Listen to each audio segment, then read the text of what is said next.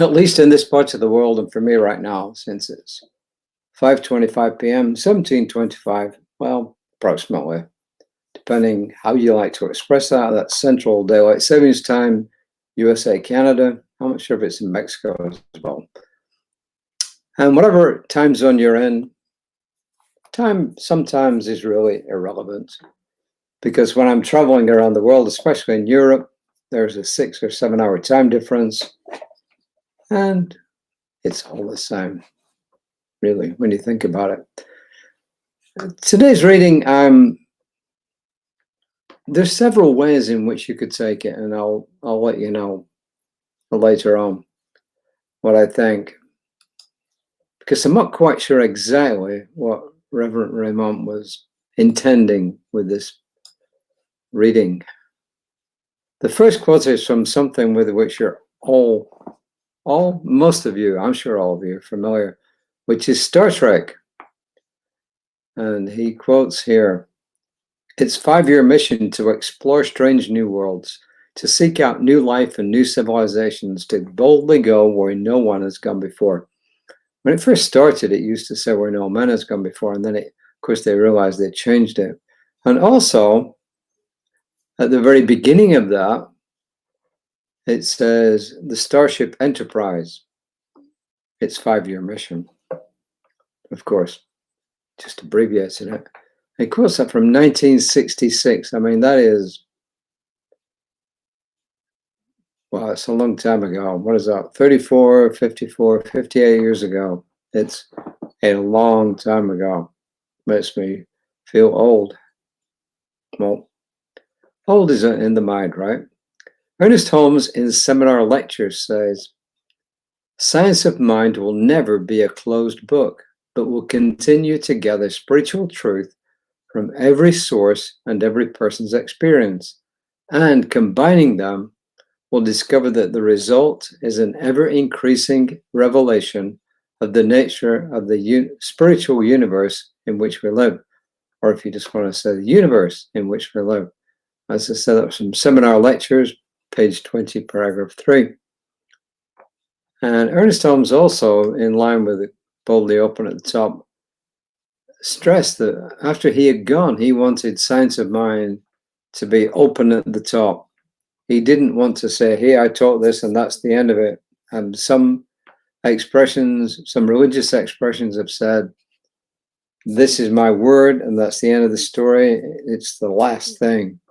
Holmes was just the opposite. He said, no, as we continue to evolve as human beings, spiritually, mentally, physically, new ideas, new thoughts will come in, new understandings about the universe will come in, and we want to allow these to come in, and we want to change it. So that is one way in which Science of Mind is completely different than a lot of traditional religions, where he said, no, let's be open at the top.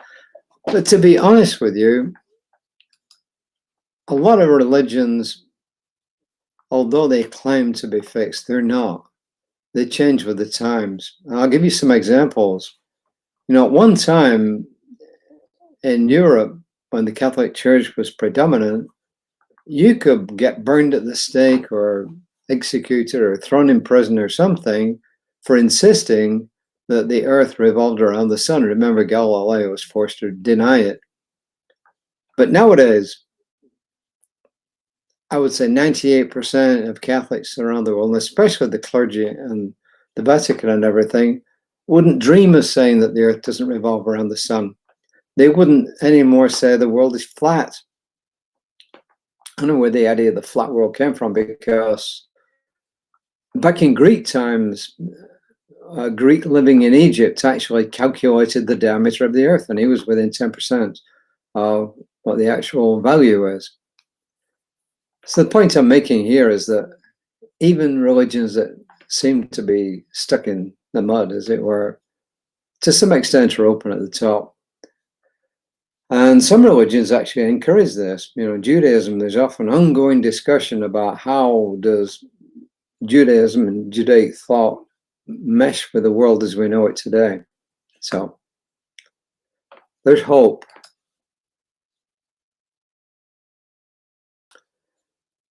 To be the incarnation the individualization of ever-evolving consciousness is to be ever-evolving, is it not, by definition? In what ways do you see, feel, and intuit that this evolutionary energy, which is prophetic in nature, is being denied, hampered, or bypassed? When he says prophetic in nature, he's talking about being open to change and to new ideas. Right now, we think we know that the universe all began with a Big Bang, but that's what we know now. Back in the days of the Bible, Genesis was a completely different explanation. Every religion in the world, and every group of people that don't per se have a religion but have spirituality have got their own creation myths. In fact, the Egyptians had a whole bunch of them, depending on which city you came from and wanting to slant the gods in the favor of that particular city. So Reverend Rimont then asked the question, why would anyone want to hinder evolutionary change? One word, fear. Take one look at any significant period of time where art, technology, or science was on the verge of a new breakthrough, and you will find those who called it satanic, dangerous, the fall of civilization.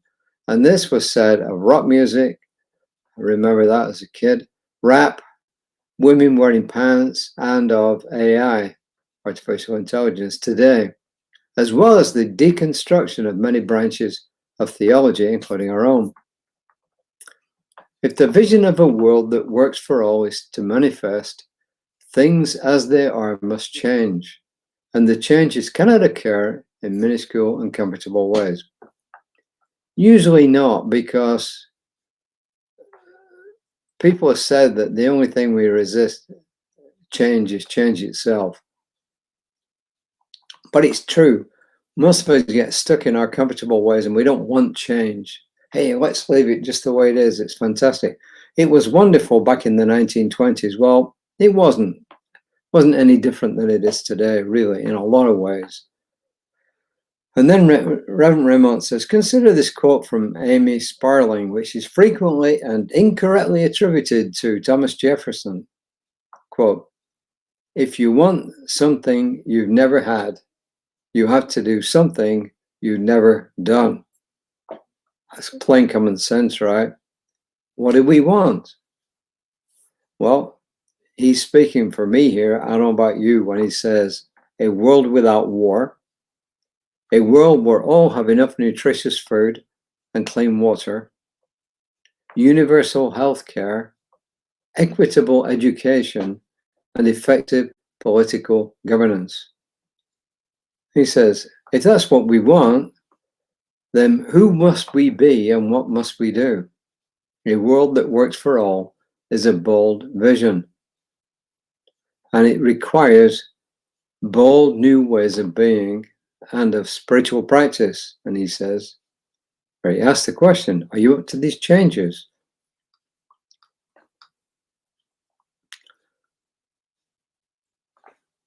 I think he's talking on two levels here. Maybe the two levels converge, because when he asks us if we're open to change, he starts off in a spiritual vein and then he ends up in a very practical vein.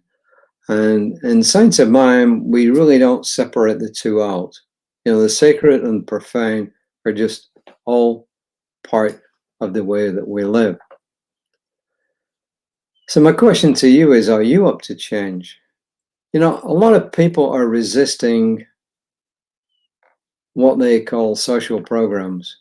But if you go back to the Bible, and the ones of you who are familiar with the Bible will recall, and I'm quoting here, in the Gospel of Matthew, chapter 25, verses 25 onwards, Jesus says this, for I was hungry and you gave me something to eat. I was thirsty and you gave me something to drink. I was a stranger and you invited me in. I needed clothes and you clothed me. I was sick and you looked after me. I was in prison and you came to visit me. And it goes on, and of course, they just ask him, when did we do this? And he says, as long as you did it for the Lisa, my little ones, you did it for me. So my interpretation of that is just along the same lines that Reverend Ramont's talking here, that I came from Europe. I was born in Europe. I was born in the United Kingdom. Is it part of Europe? The Brits don't like to admit it, but yes, it's part of Europe. It might be an island offshore, but it's part of Europe.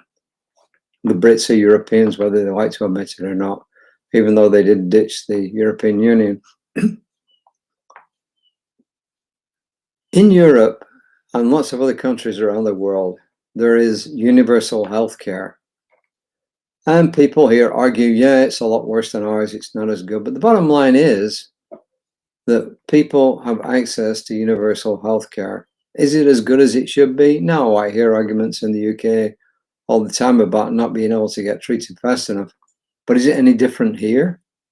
I mean, here, first of all, if you don't have insurance, you have no choice but to go to the emergency room and sometimes wait half a day to get treated. If you have insurance and you want to see the doctor, it can take a while.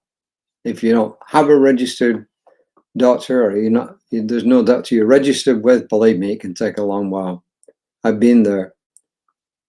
If you want to see a specialist, you're talking 2 and 3 months out. I know. When I tried to see a dermatologist, the earliest I could get was 2 months. But the bottom line point I'm making here is that I think that society as a whole has a duty to look after everyone. Does it mean to say that people should be encouraged not to work and just lie back and everyone support them? Absolutely not. This also implies that we pitch in as well. So you're not just waiting for handouts, you're actually contributing to society in some way, shape, or form. I'm not in the corporate world anymore, but I do contribute a lot.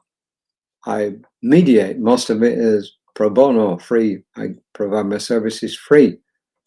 I am a minister at our church, aka spiritual center, whichever you want to call it. Do I get paid? Yes, I get an honorarium actually for being part of that. I volunteer for lots of different groups. The point, I'm not bragging about myself at all. It's just what I do, because I think I couldn't conceive of myself as just going on cruises all the time and just not contributing to society. But that's just me, you know. The point I'm making here is that whether we're looking in a religious, spiritual sense, or we're looking on a practical, everyday, social sense, let's be open to changing our ideas of what we've been doing, to change the way that we personally do things, but also to change that we do things on a greater level, on a community level, on a citywide level, on a state level, on a country level, and also on a global level. So Raymond, I think, here is just asking us to be open. And I think he means in both senses, the spiritual sense and also in the social sense. That's how I take it. Let me know what you think. You know, I really like it when people, I like it when you like us on the different media that we're on, but I also like it when you comment on things, other people comment on things, make suggestions. And I'm always asking for this because it's important. You know, feedback is really important. When I give a speech at Toastmasters, that same meeting, I get feedback from an evaluator who says, hey, this is what you did well, and this is what you could probably do a bit better, and to challenge yourself more, try this. So we're always being encouraged to do better. Ernest Holmes said that he believed that we evolve in spirals, and a spiral goes up, goes down, but it never goes down to the level it was before. It goes back up again. Why? Because its general direction is up and up and up. Reverend Lisa will be on tomorrow morning at 9 o'clock, assuming her Wi-Fi doesn't go blip, which I don't really think it will. I think it was just a one-off. The affirmation, I boldly live open at the top and at the bottom. I'm open, or I am open to changing my views on the world. I'm open to changing the way I live, whatever works for you. I'm ever in the midst of a greater and greater evolutionary change, which I welcome. So in other words, the AI revolution is coming along. People are afraid of it. Some people glorify it. But the bottom line is that it's a very powerful technology, and we as human beings need to make sure that it doesn't take over from us, and also that when it does displace jobs, which it will, that it creates other jobs to replace them. Maybe it's an odd place to end, but that's where I'm ending, and I will see you tomorrow, which for me will be Saturday, and it will be the 8th of June tomorrow. So until then, namaste.